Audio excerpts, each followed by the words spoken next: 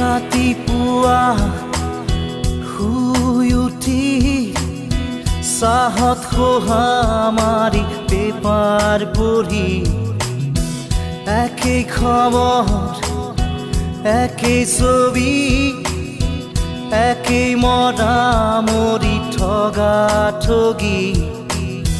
9 বজাত গা ধুই উঠি